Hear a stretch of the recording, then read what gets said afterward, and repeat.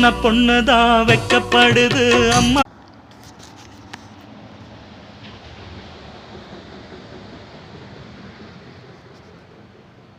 ஏழை பெண்ணை திருமணம் செய்து கொண்ட தன் மகனை வேண்டாம் என்று சென்றுவிட தன் காதல் மனைவியுடன் சந்தோஷமாக வாழ்ந்து வந்தான்.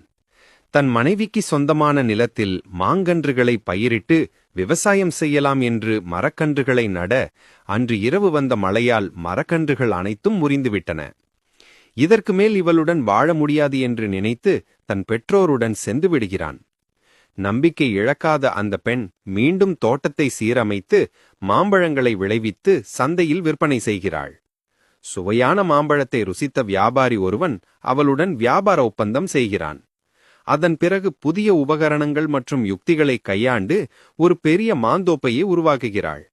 அதை பார்த்த பழைய காதலன் தன்னை ஏற்றுக்கொள்ளுமாறு